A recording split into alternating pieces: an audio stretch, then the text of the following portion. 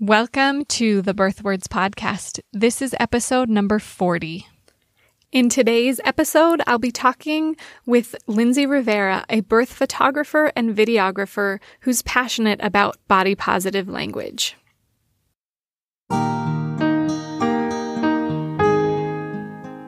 Welcome to Birth Words.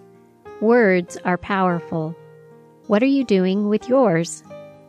In this podcast, birth doula and applied linguistics scholar Sarah Pixton invites you to be intentional, reflective, and empowering with your language as we come together to honor those who give birth. The work of Birth Words is to elevate the language surrounding pregnancy, birth, and the postpartum period. Nothing in this podcast should be taken as medical advice.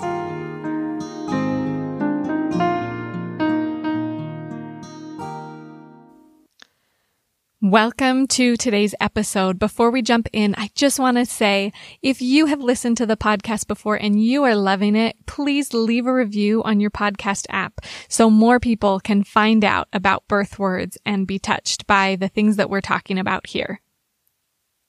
And now for today's episode. Lindsey is a Salt Lake birth photographer and videographer specializing in full spectrum and inclusive support. She's a mixed-race woman of color and survivor whose life experiences have directly influenced how she cares for the families she serves.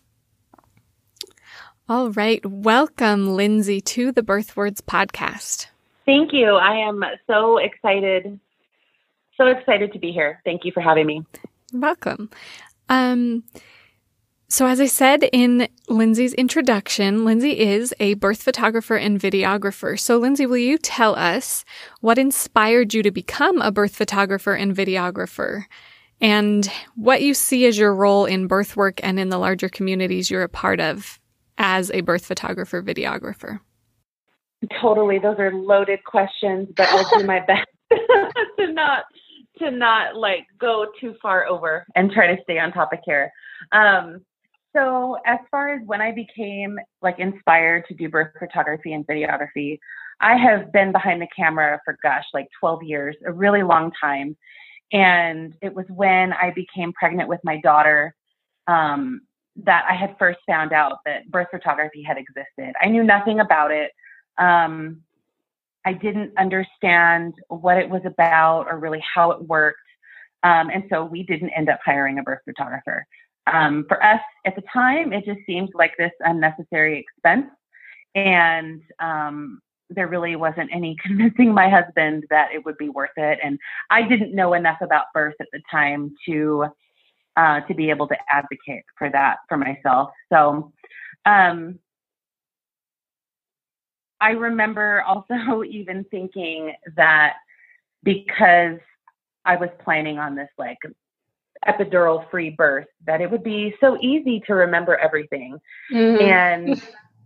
And that just was not the case. I thought my husband would have the ability to take a few photos here and there. And I don't know, just personally, it felt like a really vulnerable moment to invite someone into, and I don't know. So we just ended up not having a birth photographer, long story short. And then we had our baby. I gave birth. It was a traumatic experience. We didn't end up having an epidural, and I still remember nothing. Giving birth and like becoming a new mom was just this really difficult transition for me. I feel like it's difficult for a lot of women and a lot of birthing people. But it wasn't this transition that I had envisioned in my mind. So as I was processing my birth and like trying to work through all this trauma, I realized that I really remembered nothing from the experience. I knew all I could remember was the trauma, and I knew the like logistical sequence of events, what happened because of what our nurse was able to document, but I don't remember anything in between. And I know that there was so much more to that birth story than the trauma and the sequence of events. There was so much beauty in it, but I just can't tap into that. It still gets me to this day when my husband and I talk about it. it's definitely one of those things that we regret. So kind of from that experience is what made me decide to stop shooting all the other genres that I was shooting and to just focus on birth exclusively. And yeah, so that's just kind of where it started and how it grew. And a lot of what I learned when I was healing from that trauma, it influenced also kind of the type of birth photographer that I am and the way that I work with people and the level of care that I like to give to the families that I work with. Yeah. Wow. Thank you for sharing your story. I'm sorry. Oh, I forgot to answer. I forgot to answer the other part of the question. Well, I shouldn't have asked. I shouldn't have smushed them together like that. What do you see as your role in the birth work and the larger communities you're a part of? I feel like overall, it's my job to just reveal whatever is happening in that birth, to show the authenticity of that birth story and the diversity in that birth story, whether that be showing it to one person, the birthing person, or the couple, or the family, or the community as a whole. I feel like it's representative of what birth is and what birth isn't. And I feel like, that's one of the biggest ways that I can make a difference in my community, personally, just to be informed, and to give and put out that level of care and talk about that level of care so people know the different options that there are out there, even in terms of birth photographers, because there's a lot of birth photographers out there. We all have, different experience, and that experience can determine what type of client I feel like we would end up working well with. Mm-hmm. Yeah. I like the word that you use, reveal. It makes me wonder, it makes me think about, have you ever read Sarah Buckley's Gentle Birth, Gentle Mothering?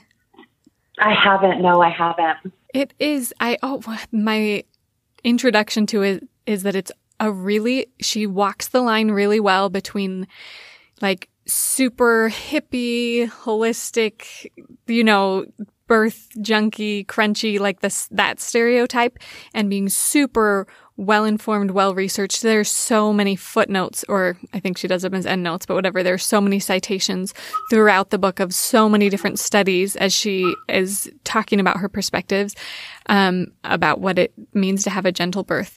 Anyway, but she talks in that book about how she, upon reflecting on the birth of one of her children, began to see that birth is like a multifaceted crystal, and that you can step back and admire its beauty as a whole. But as you zoom in on it, there's so many different aspects to focus on and think about as you process a specific birth or birth generally.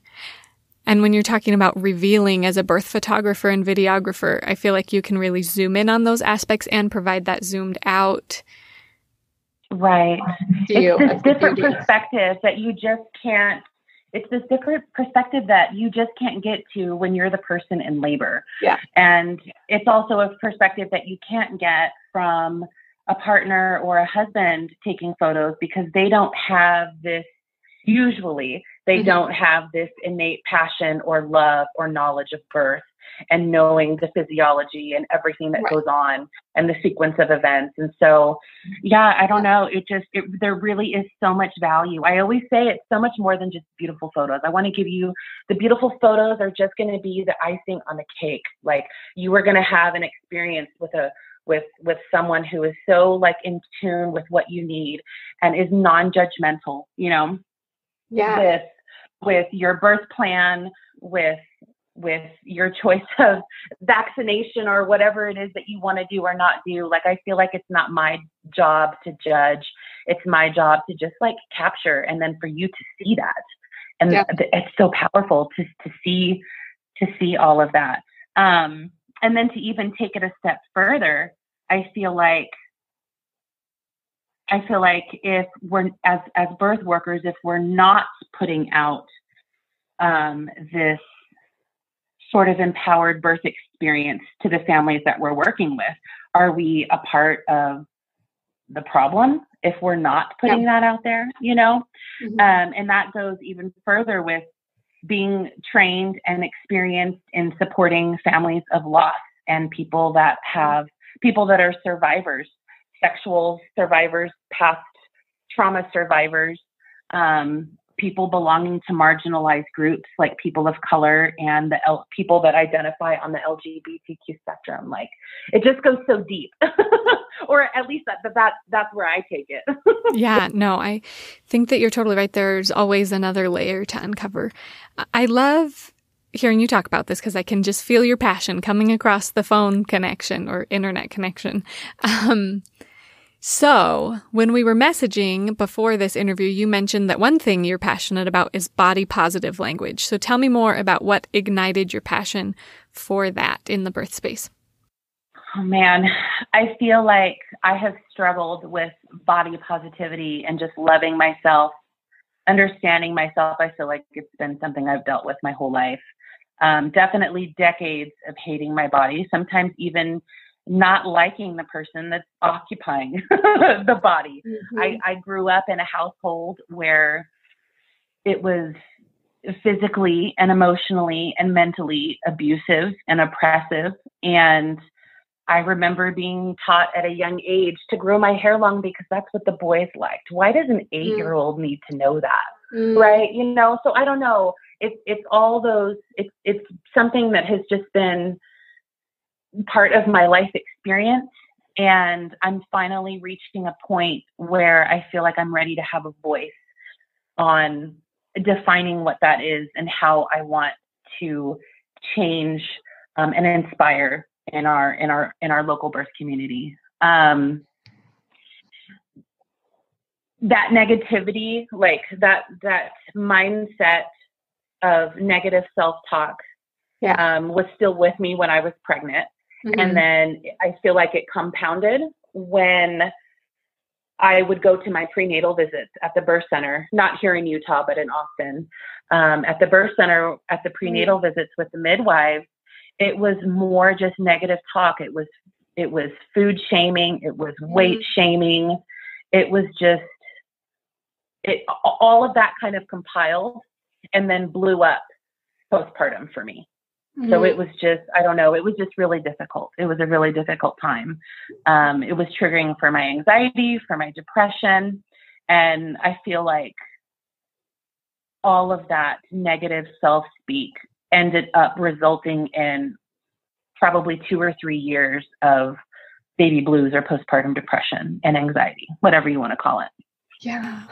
I think that what you're talking about is so especially critically important in like during pregnancy and birth. If you have throughout your life heard that you should do even something as simple as your hair this way because that's what somebody else likes, and then you're going into the birth space already feeling like your body is not your own because it's occupied by another human being. But if you're also feeling like in that space you need to be impressing or pleasing others, that doesn't put you in the role of being a life-giving agent, bringing new life into the world. And that beauty and wonder of our bodies is like miraculous, but it can so be overshadowed by the way that our bodies can be treated and talked about and the way that we talk about our bodies sometimes because of the messages that we've heard. Yeah. Okay. I'm going to join you on your soapbox. Let's get up and keep Let's do it. I know it's I think it's so ingrained in society and ingrained in so many people's minds that just we're not enough or we're not capable and we have to people please. And I feel like I'm getting to a point in my life where I'm so done with that. Mm-hmm. I'm so finished with that. I'm all about what does Lindsey need right now? Because I just kind of the whole first chapters of my life, I wasn't allowed to have that. Well, yeah. And I think that in being your authentic self, you're better able to add what you're meant to add to the world and to your community. If you're just worried about pleasing those others in your community and being inauthentic, then it's a fake contribution, right? But if you can be authentic to yourself, then you can truly offer the gift of Lindsey to everyone that you interact with. The gift of Lindsey. I like that. The gift of Lindsey. Maybe that's what we should title this episode. Yeah, we all have that in us. Right. I think it just gets overshadowed by the trauma, and so much of trauma is words and language, you know, in addition to the way that we're treated. Yeah. Okay, so you're a birth photographer, videographer. How do you, in your work and your other interactions outside of your role there, how do you model body positive language and encourage others to use it? Well, I feel like this is kind of tricky. So I hope I'm answering the question, but whatever you say is the answer. Whenever I am talking with potential clients or even clients, I always like to get into how they envision their birth. Like what do they see? What sort of images and footage do they want me to capture? Because I feel like I'm pretty flexible in that I can work with all levels of like modesty, and I can still deliver this like really beautiful product to you. So I like to just really get down to the nitty gritty. I like to get deep. I want to talk about the things and the parts of yourself that, you know, that you don't like. And usually when I'm talking with clients about what their vision is, it's usually not far into the discussion where they start to kind of list the parts of themselves that they're not happy with or that they're self-conscious about. Like, it's weird because I don't want to say too much because some of these, people might be listening, but, there were but like situations that came up where people were self-conscious about their roles or being photographed from certain angles, or even really like down to their pubic hair and asking me, well, what do I do? Do I keep it? Do I not? And so I don't know. I feel like those conversations definitely come up, and it's like a fine line between trying to convince them that their flaw really isn't a flaw versus just kind of being that person that is a safe person for them to talk to openly about that flaw. So like my goal is not to convince anyone of anything. I feel like I'm really not even there to empower you, because we all have that power in ourselves, and it has nothing to do with anybody else. But I want to be that safe person. And so I try to let them know that I'm not here to pass any judgment on you or your body or your birth plan. Really, I'm here to motivate, uplift, and support, and just let them know that whatever you need from me in that moment is what I'm willing to give, regardless of the way that you may feel about yourself. I speak pretty openly about my insecurities. I've just kind of always been like that. I feel like that really puts people at ease, and makes it easy for people to kind of let their guard down with that kind of stuff. And I think just being aware and mindful of the words and the phrases that I'm saying when I'm talking with other people is helpful. So like if I see one of my clients and she's super pregnant this time around, and it's been, I don't know, like 8 weeks since I've seen her last, I definitely wouldn't comment on, oh my gosh, your belly is so big, because that could be taken the wrong way, you know? But I will say something like, your body's doing such an amazing job growing your baby and taking care of your baby. And I don't know, I think it all just starts with an awareness, and using that and carrying that with you. For me, it's something that happens so automatically. Yeah. Well, and I think that that's the thing, that the goal here is not to like sit there and think about every single thing before it comes out of your mouth. But if you see your role as revealing the intrinsic beauty and power in your clients, then that's how you're going to talk to them. If you are not seeing that, then your language comes out differently. And that's really the linguistic shift that needs to happen. Is not, it's more of a mindset shift, and then the language follows it. You inhabit a different pattern of speaking if you have a different mindset.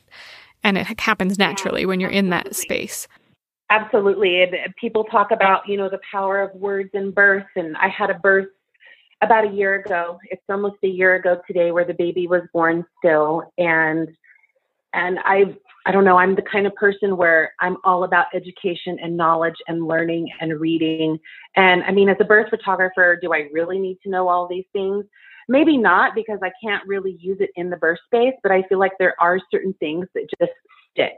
And like when you're talking about like informed consent in this birth where the baby was born still, I had arrived early to do a maternity session for the family before the baby was going to be born. And the other children were there. The parents were there. Obviously, the mom and dad were there, and then their grandparents. But the little girl, I can't remember exactly how old she was. My guess is maybe 4 or 5, pretty young. And I went to, well, she was wanting to get up on the bed to spend some time with her mom, and there was no one else around. It was just me. And so instead of just automatically picking her up and putting her on the bed, I got down on her level and I asked her, like, honey, do you want me to pick you up? Do you want me to lift you up to your mama? Mm-hmm. And she said, yes.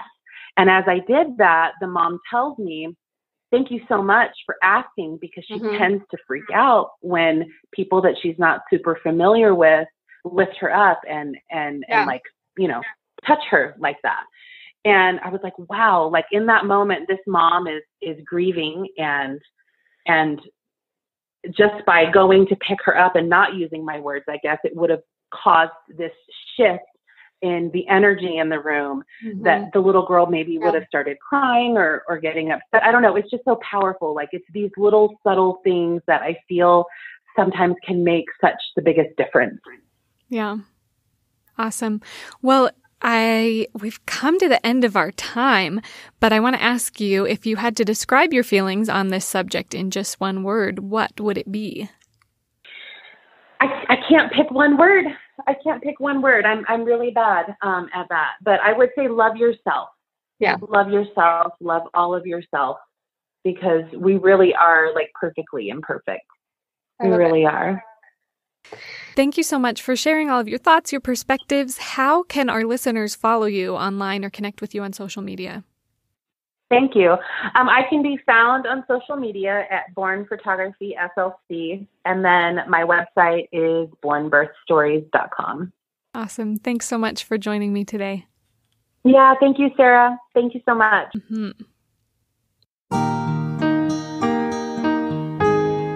If you're interested in sharing your ideas or experiences on the podcast, go to birthwords.com.